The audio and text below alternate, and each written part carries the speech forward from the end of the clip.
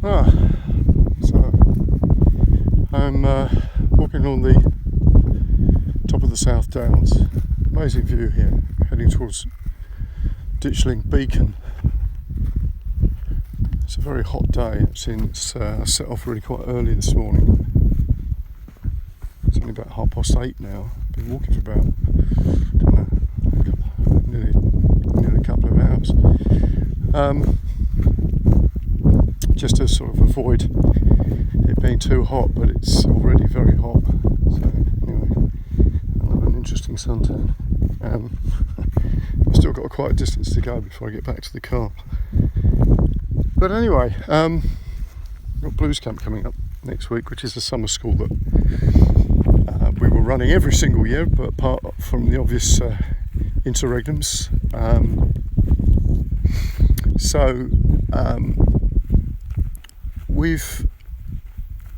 We always get to this point where we have to ponder how we put the bands together, with the type of people that we've got lined up. And obviously we don't know for sure with the new ones what level they're at, because people either do one of two things. They either underestimate how good they are, or they overestimate how good they are. Now, to be honest, the second is not that common, actually. We tend to find that people play down their skills, assuming, I suppose, that everybody else is going to be incredibly good. But that's not the purpose behind what we do anyway. So we attract a wide range of people. So the purpose of Bluescamp is for people to discover their own creativity and their ability to do things, and that literally could be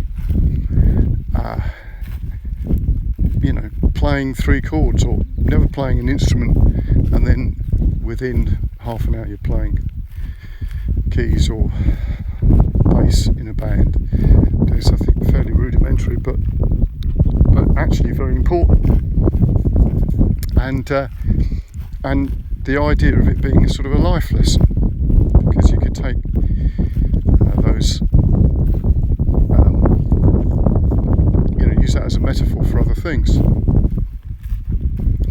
So the challenge is to get a group of people together that can work together, and obviously chemistry is an important thing, and that's the thing that we can't really know until we see the people, literally see the people, because you can weigh up people quite quickly, actually. This idea of the first impressions within the first sort of 4 seconds or whatever it is, I can't remember the exact stuff, but the idea is that you pick impressions of people very quickly. Now, they may not be correct, but generally they're pretty good, and then over a period of time you start to see how people's ideas and how they interact with other people sort of come to the fore. So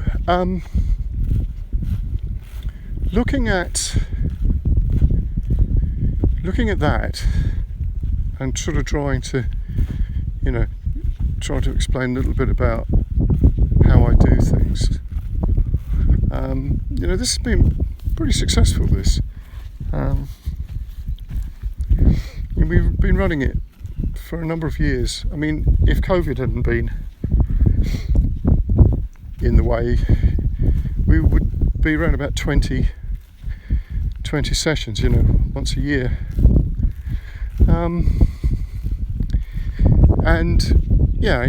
Some events that happened, if you see what I mean, within that, and you learn from them, but generally it's quite effective.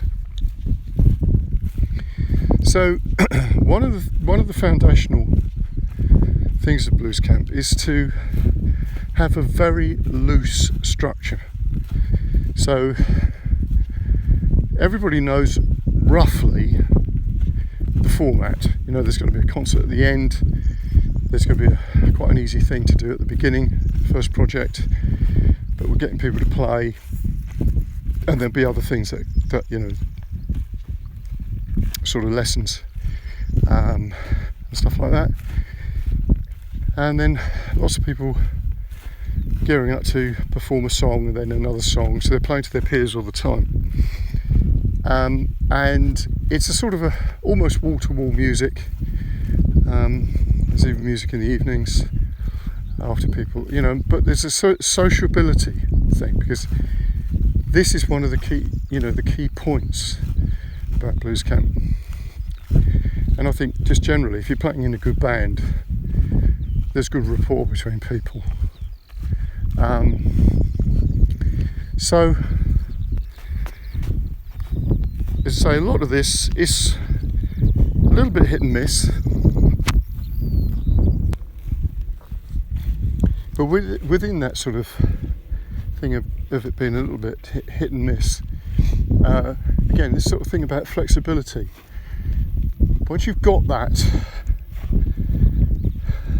flexibility within things, if you've got a good team of people who are observant, and you can go places with this.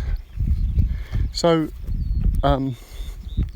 music is about listening anyway, obviously, but being observant just generally about what people look like, how they operate within teams, what they sound like, what they've got, what skills they've got, what lack of skills they've got, because that's an important thing as well, because sometimes you can highlight something simple within a band. You know, because always, you know, you look at the great bands, and often something that's simplistic about within the band. I mean,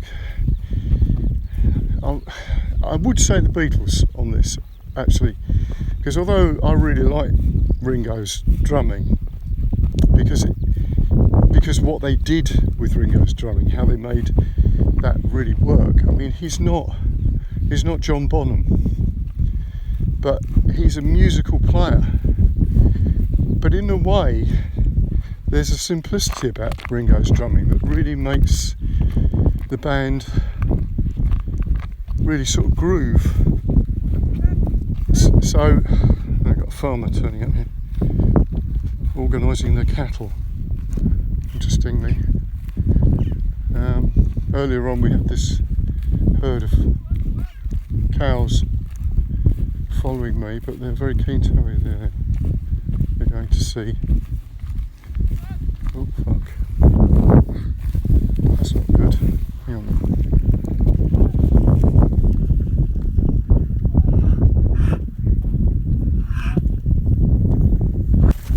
There we go, that's it. You can probably hear the thunder of feet. That was interesting. I should have left that running there, because obviously the farmers don't seem to use the old-fashioned method of herding cattle. It's just his van calling out. Interesting experience. Okay. Yeah, so going back to Ringo's drumming. But I would also say that about Jimi Hendrix's experience and Noel Redding's bass playing. You know, Noel Redding wasn't a bass player, he was a guitar player. And when you hear him play bass, he plays it like a guitarist, in a way.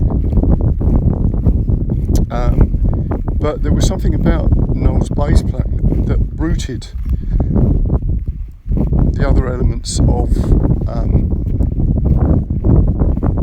the band, you know, to a place, because obviously Hendrix was doing what Hendrix did, and Mitch was doing, you know, what Mitch did. If you look at the Cream, for instance, the Cream didn't have that. They didn't have somebody who was playing something simple. They were all off doing their thing, and there's something not so structured in the songs. I mean, Hendrix's stuff, I mean, this is just obviously a personal opinion, but Hendrix's stuff has got more of a feel all the way through of good songwriting. The Cream stuff, I mean, there's some great songs, and don't get me wrong, and I love them. But it's not until later you start going, that is a great song. That's a great song. Yeah, it's not just a blues number with some awesome playing in it. It's a great song. And Hendrix's material, a lot of it are just incredibly good songs or incredibly creative ideas. And there's something about Noel Redding's playing within that makes that work. But that's what I think anyway. And that's something which I've sort of taken to the way that we do the Bluescamp project. So you can get, a couple of really good guitar players, and then somebody who's, just knows a handful of chords at the bottom of the guitar. But you can get that person to do the sort of solid work, while the others sort of layer up the other guitar textures, if you like, over the top of it. And you can sort of rotate people so that maybe there won't be a bass player within that band, so they take it in turns to play bass. So the idea is like, the real life situations where they might have a different drummer for a particular number or something like that, to give them the thing of the experience of like, what's it like working with a dep. You might have a situation where there's some interesting possibility, because the players can play more than one instrument, so people swapping instruments around, and stuff like that. It's always about changing perspectives and changing ideas, and just generally creating, So that's one of the things. So a lot of this then comes down to this sort of gut feeling about what I think is going to work, and over the weekend it's work in progress all the time for us as tutors, because we try to let the teams work without too much being overseen all the time, because otherwise it ends up that the tutor's doing the tutoring and then they only get one opinion. And we've tried all of that, and sometimes we use it and sometimes we don't, but the idea of giving them an idea and letting them run with it and see what comes out of that is good. But it's about people finding their way and finding their voice. Now, saying that, one of the problems is that you sometimes in a band get somebody who becomes the spokesperson, and then they become the ideas person, and then they become the person who does everything, and that's not good either. So the first time we sort of see that, and sometimes you get people who are quite happy with that happening, so they just sort of sit out and just do what they're told. Well, that's not good either. So we're always trying to put people on the back foot, try to change things around, swap it around a bit. And another thing that we get occasionally, just by chance, you end up with a band full of really good players.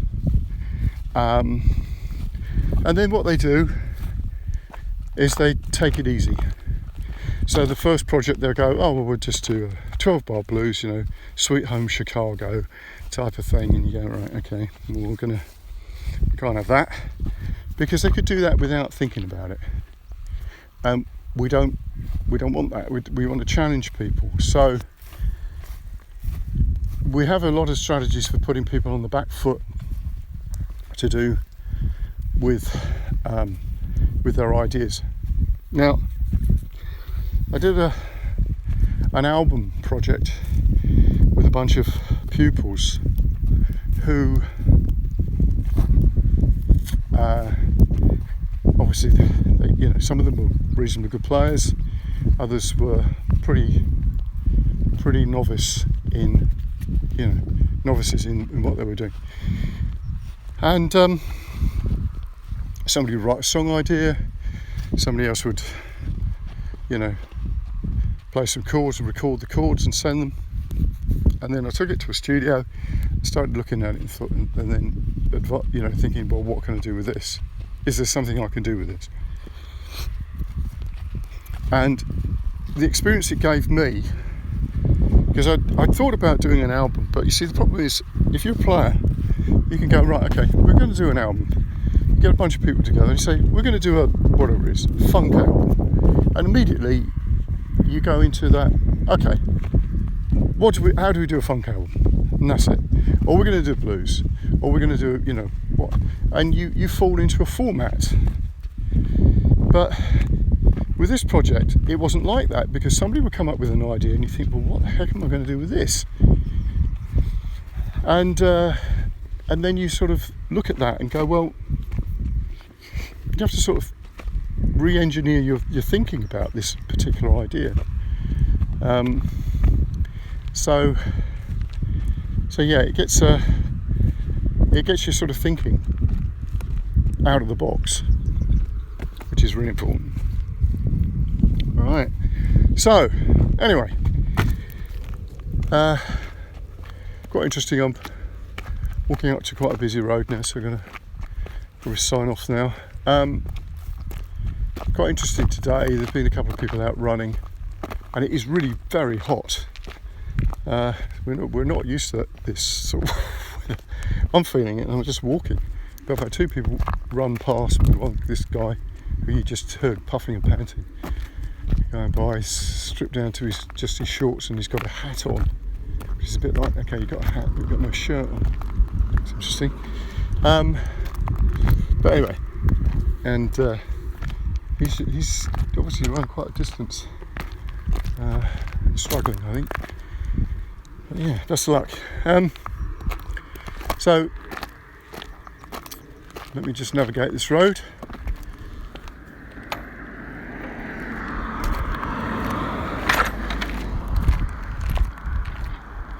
Right, so as I'm crossing this road, overlooking the amazing South Downs, I'll say goodbye until next time. See you then.